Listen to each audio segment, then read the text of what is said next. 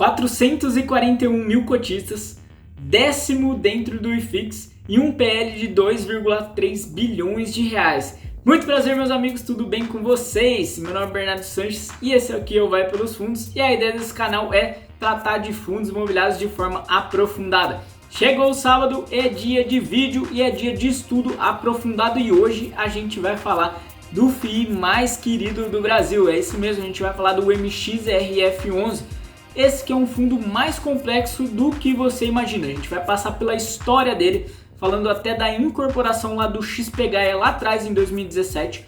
Vai falar da carteira, da estratégia de alocação 80% voltado para CRI, 20% voltado para permuta financeira, e vai falar também com qual fundo você deve comparar o MXRF11. Já adianto para você, não é com os fundos de cota base 10. Tenho certeza que vai ser um conteúdo muito bacana, muito agregador. E se você gostar, já aproveita e deixa o like, deixa o comentário e se inscreve aqui no canal. Sem mais demora, bora para esse conteúdo!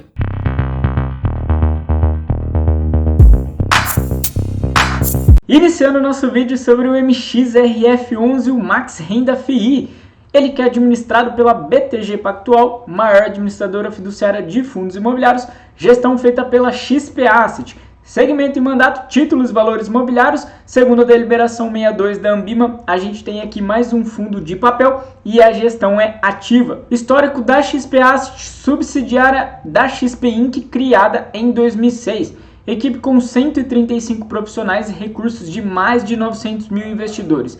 São 120 bilhões de reais sob gestão, isso alocado em renda variável, multimercado, renda fixa e outros fundos de investimento. Na plataforma são mais de 300 fundos listados. São 10 bilhões de reais direcionados ao segmento imobiliário, contendo aí 9 fundos de investimento imobiliários. Os mais conhecidos, XPLG11, XPML11 e o XPIN. E agora falando um pouquinho da cabeça que está por trás do fundo, sempre gosto de falar da figura do gestor. Quem toca lá o MXRF11 é o André Mazetti. Tem experiência vindo da RB Asset, trabalhou no Family Office da Ambev e também lá na Deloitte, uma casa de consultoria e auditoria. Chegou na XP em 2016 e toca todos os fundos de papel da casa, que são XPCI e MXRF. A ideia dele para o MXRF11, isso já vale você anotar. Foco em crédito high grade, muito giro de operação e ganhos adicionais via permutas financeiras. Obviamente, a gente vai destrinchar isso agora. Qual que é a alocação ideal de PL do MXRF11? Como que ele traça as estratégias? A primeira delas, a estratégia core número 1, é crédito. 80% da carteira é para ser voltada para CRI. Essa estratégia é voltada aí para crédito high grade com originação própria, menos fricção. O que eu quero dizer com isso? Ele consegue maiores taxas exatamente por estar originando, por estar estruturando. E muito giro da carteira para fazer o ganho de capital, gerar alfa. Nessa estratégia, eles visam aí uma alocação em torno de IPCA mais 5%, CDI mais 2,5%. Segunda estratégia core, desenvolvimento residencial, é para ser 20% da carteira. Eles focam aí em alocação em permutas financeiras, participação do resultado da incorporação, ou seja, um resultado daquele VGV, daquele valor geral de vendas. E essa alocação é para trazer um retorno aí de IPCA mais 12%, IPCA mais 13%. E também tem uma estratégia tática, posicionamento oportunístico em fundos imobiliários, ou seja, um book de FII para realmente fazer giro de capital quando eles entendem que o mercado está interessante. Agora, um dado muito importante que eu vou falar para vocês um pouquinho do histórico do MXRF11. Tenho certeza que vocês nunca viram isso em nenhum canal do YouTube que fez vídeo sobre o MXRF11. Se esse conteúdo é diferente, se esse conteúdo está trazendo valor para você, por favor, deixe um comentário, deixa o like, se inscreve no nosso canal também. O MXRF11 ele fez a incorporação do XPGAIA, um outro fundo da XP, lá em 2017. Antes disso, o MXRF11 ele tinha um book mais voltado para FOF, embora ainda fosse também um fundo de papel, ou seja, ele tinha uma concentração maior de fundos imobiliários ali dentro, mas ainda era um fundo de CRI. E do XPGAIA ele trouxe algumas operações high yield, inclusive com alguns defaults. Foi exatamente nesse período que houve redução do VP do MXRF11. Esses CRIs passaram aí pelo teste de recuperabilidade dos créditos. O que isso quer dizer? esses CRIs que estavam com default passaram ali por uma auditoria, por uma marcação ao mercado, e aquilo que não tinha mais condição, que não traria mais algum retorno, foi marcado a zero, e os demais foram marcados de acordo com a garantia que ainda poderia ser executada. Inclusive a gente vai ver isso com mais detalhe. Dados do MXRF11, IPO dele em abril de 2012, lá atrás a R$100, depois quando houve essa incorporação do XPGAIA é que a cota virou base 10.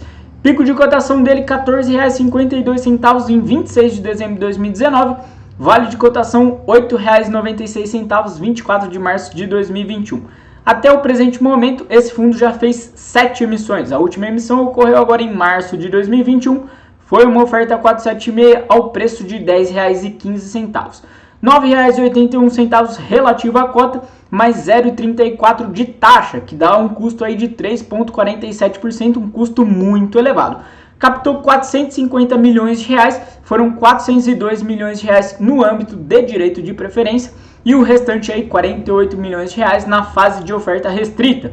Críticas que eu fiz a essa emissão: o fundo já tinha 335 mil cotistas e eles fizeram uma emissão 476, não priorizaram a base, foram para a oferta restrita e além disso essa taxa, né, vamos combinar, uma oferta 476 com 3,5 de taxa não faz o menor sentido. MXRF no mercado, e aí eu trouxe aqui uma modificação no layout. Quem acompanha os nossos vídeos, trouxe aqui esse gráfico muito legal lá do Mundo FI, vale a pena você conhecer, é um site que trata só de fundos imobiliários, tem vários assuntos muito interessantes para você conferir. Patrimônio líquido de R$2,3 bilhões e o valor de mercado é semelhante. PVP no dia que eu estou gravando 1.01. Liquidez dele 16.190 negócios. Décimo no IFIX, uma posição muito relevante aí no índice, participação de 2,2%. E aí eu trouxe a rentabilidade do fundo nesse total de 9 anos e 4 meses. E olha só que resultado surpreendente. Se a gente observar nesse período todo aqui, o MXRF11 ele rendeu aqui 101,75%. O grosso 101,35% dos rendimentos e teve um resultado negativo do período aí de menos 0,20 de cota. E a gente comparando aí com outros indicadores interessantes, o IFIX bateu 107,37, um pouquinho além do MXRF11.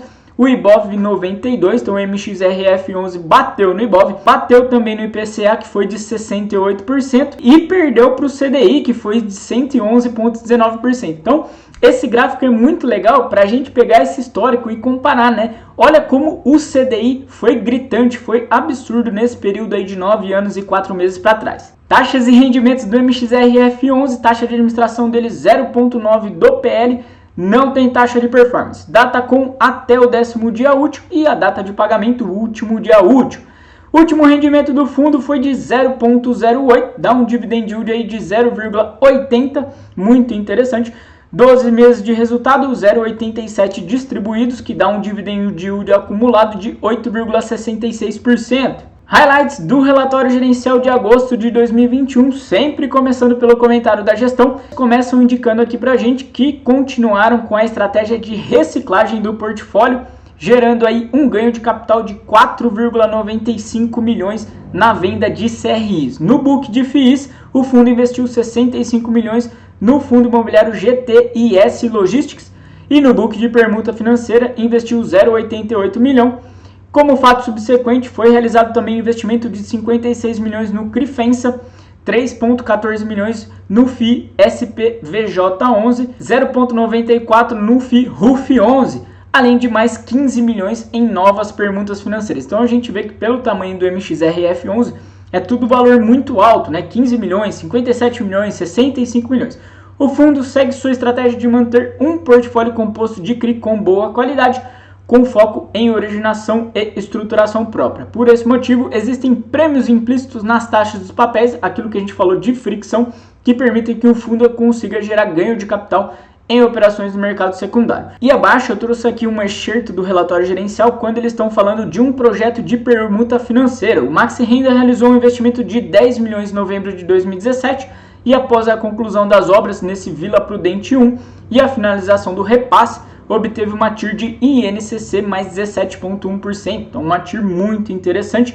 a previsão era de INCC mais 17%. Ao longo de 3 anos, o investimento gerou mais de 6,35 milhões ao fundo através de dividendos, 0,10 por cota. Partindo agora para a mini DRE do fundo, e ela é bem simplesinha. Marquei aqui para a gente que o resultado em agosto de permuta financeira foi de 2,2 milhões de reais, receita de fundos imobiliários 310 mil reais e o grosso aí, receita de CRI 16,4 milhões de reais. Acho que eles podiam, trazer um detalhamento um pouquinho maior nessa mini DRE do que é nessas receitas de FII, giro de capital e realmente rendimento. E a mesma coisa em CRI, o que é giro de capital, o que é rendimento. E aí a gente chega naquela distribuição de 0,08. Trouxe aqui o resultado dos últimos 12 meses e a gente vê que o MXRF ele é bem perene, Ele distribui aqui em torno de 0,7 e 0,8 ao longo de todos os meses. Teve aqui uma distribuição um pouquinho mais baixa de 0,6, mas a via de regra ele distribui realmente 0,07 e 0,08. E aqui um detalhe muito relevante para você levar em consideração na sua avaliação. O recorrente do fundo, inclusive nas palavras do próprio gestor, é de 0,05 por cota. Portanto, tenha em mente, o adicional aí de 0,02, 0,03 vem de ganho de capital, seja aí no book de FII, seja principalmente no book de CRI, ok? Composição do PL, a gente percebe aí que 68% do patrimônio líquido está em CRI, 14% em caixa, 13% em permuta financeira, 5% em FII. A estratégia, como a gente já falou, é ficar 80-20, 80% em CRI, 20% em permuta financeira. Olhando agora por segmento, a gente vê que 30% é voltado para crédito corporativo, 28% para crédito residencial, 27% para crédito comercial. A taxa média ponderada da carteira, considerando o book de CRI e o book de permuta, está em CDI mais 2,65%, IPCA e INCC mais 8,17%, sempre lembrando que é aquilo que eu falei para vocês. Em termos de CRI, é IPCA mais 5%. Esse adicional aí da taxa média ponderada vem realmente das permutas financeiras. Ainda tem aí 2% do book em taxa pré de 10% e 1% aí em percentual do CDI. Olhando agora para indexadores dos CRIs, 48% dessa carteira é voltada aí para CDI e 47% para IPCA. Então, com essa franca evolução do CDI, o MXRF ele vai se beneficiar. Por outro lado, o CDI só está subindo porque a inflação está muito alta. Então, a tendência é que a inflação comece a cair um pouquinho, pelo menos é o que espera o Banco Central, e aí ele acaba perdendo um pouquinho naquela parcela do book que está indexado em PCA, então leva isso em consideração também. Falando agora da carteira de fundos imobiliários, um total aí de 122 milhões de reais, tudo no MXRF11 é muito grande, é um valor muito expressivo. O primeiro deles é o GTLG11, é um fundo de logística que fez agora a sua primeira oferta. Eles já investiram aí 65 milhões, é um fundo que já vem muito grande para o mercado, em torno de um PL de 700 milhões de reais. SPVJ11 é um fundo voltado para varejo, e só direcionado a investidor profissional, 32 milhões de reais alocados. HBRH é um fundo que tem imóveis voltados para coworking e também um outro imóvel alocado para a Unimed, então voltado aí para o setor de saúde. Também é um fundo pouco líquido, muita gente não conhece. Ações em BRCR11, que só representa 0,95% do PL. E por fim, a alocação de 3,7 milhões de reais no RUF11. Esse é um fundo mais underground, ele investe em ativos que foram levados à alienação judicial. Olhando agora a carteira de CRIs, um total de 70 operações no portfólio, então o MXRF11 ele é muito diversificado. E o fundo ele diz pra gente aqui que no mês de agosto a gestão seguiu a estratégia de reciclagem, como eles já tinham adiantado lá no comentário da gestão, com um total aí de 81,12 milhões. Então veja, no book de CRI ele conseguiu num mês movimentar 81,12 milhões e como a gente já tinha falado, trouxe um ganho de capital aí de 4,95 milhões. Trouxe aqui uma pequena parcela da carteira para a gente fazer algumas observações. Primeira delas que eu falo para vocês é a representação dentro do PL dessas operações, que é bem pequena, né? O maior CRI aqui dentro, esse CRI da Clariant, é de 3,96%, um total aí de 89 milhões de reais, uma taxa de IPCA mais 5,5%. A gente vê também uma diversificação de vencimentos, né? Tem vencimento para 2029, para 2035, para 2034. São taxas até que um pouquinho mais alongadas. Outra coisa interessante também é a diversificação de duration dessas operações. Tem desde 6.2, 6.4 a 1.9, 2.9, 2.2. E um dado aqui que realmente eu fiz questão de trazer para vocês e acho que é importante você ficar ligado. Todas essas operações aqui que eu marquei em laranja, essa da Prevent Senior, essa da Oba Hortifruti, enfim, todas aqui que estão marcadas, também estão na carteira do XPCI 11. Então, olha o cuidado que você tem que ter para não ter sobreposição de carteira. De repente você tem XPCI e MXRF11 só nesse tantinho aqui que eu trouxe, que é 1/3 da carteira do MXRF11, que é igual da carteira do XPCI 11, ok? Olhando agora a carteira de permutas financeiras, um total de 283 milhões de reais.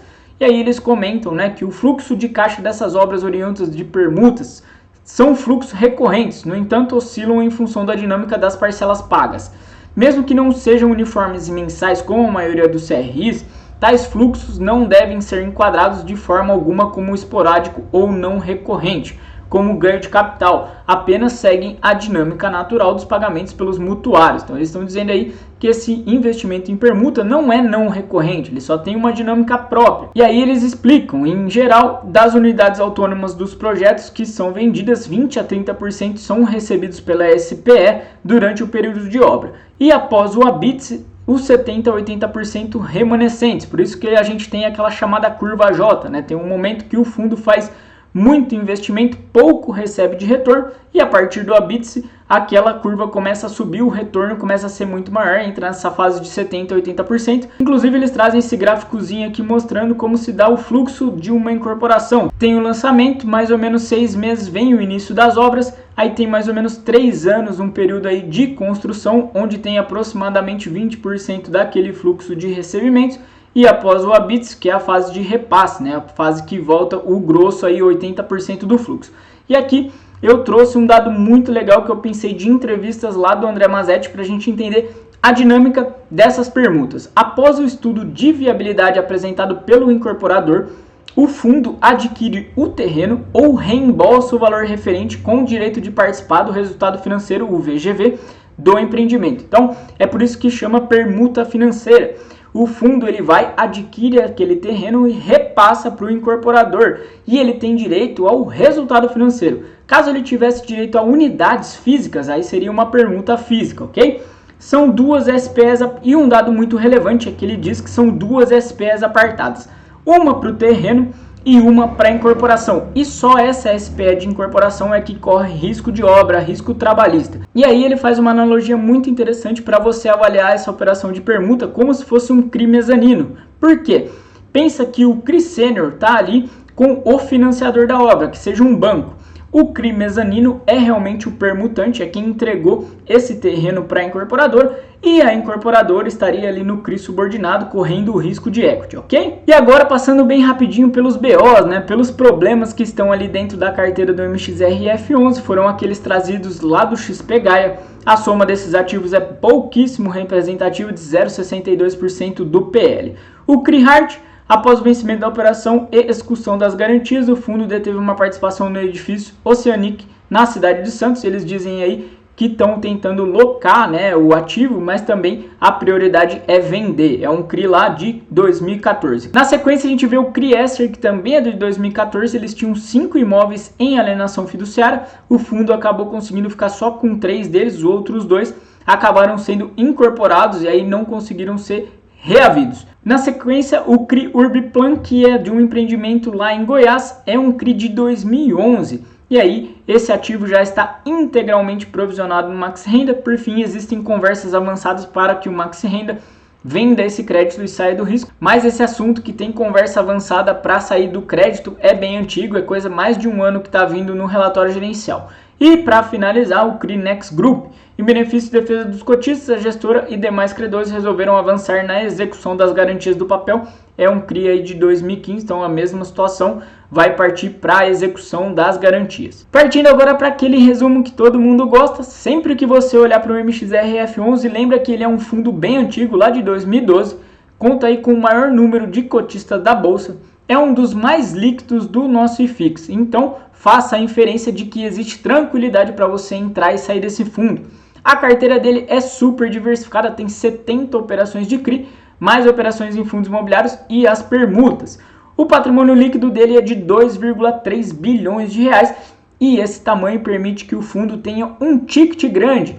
Ele consegue aí, de repente, alocar em uma única operação com mais de 50 milhões de reais. Ele não tem que ficar pegando operações muito pequenas e nem fazer aqueles club deals, não tem que se juntar a outros fundos para ancorar uma operação. E por isso ele consegue realmente focar em originação e fazer muito giro de capital. E é isso que você tem que ter em mente quando analisar o MXRF11. Veja o MXRF11 como o CPTS11 na carteira de CRI. É isso que você tem que saber. Como o CPTS, o MXRF origina muito e muita operação high grade e tenta fazer o ganho de capital no secundário. O rendimento recorrente do fundo, vale você lembrar, é de 5 centavos. O giro da carteira de CRI é que permite que o fundo chegue a 7 e a 8 centavos.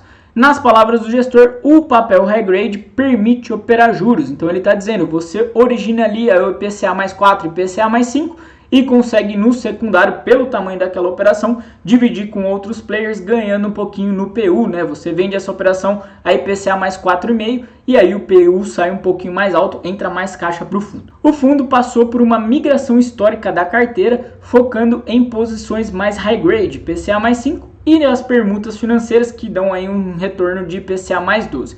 A queda do VP histórico foi em razão daquela incorporação do XP Gaia lá em 2017. É importante também você saber que o MXRF11 não é base de comparação com Versalhes, com VGHF, com Tord. Esses fundos são muito distintos em risco com o MXRF11. O MXRF ele realmente foca em operações high grade e o upside que existe nele ali são naquelas permutas financeiras. Esses outros fundos já são mais high yield, ok? Entenda também que a permuta financeira, como o próprio gestor fez a analogia, é um risco de CRI mezanino.